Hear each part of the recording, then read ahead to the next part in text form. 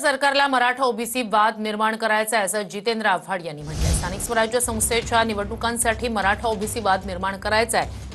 आंदोलन सरकारला चिरडता येत नाही असंही जितेंद्र आव्हाड यांनी म्हटलंय। आंदोलन तुम्हाला चिरडता येत नाही असाच प्रयत्न बीजेपीने शेतकरी आंदोलनाच्या वेळेस केला।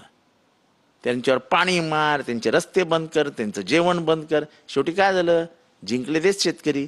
तिन्ही विधायक ती मागे घ्यावी लागली। सरकारने निर्णय घ्यायचा आहे।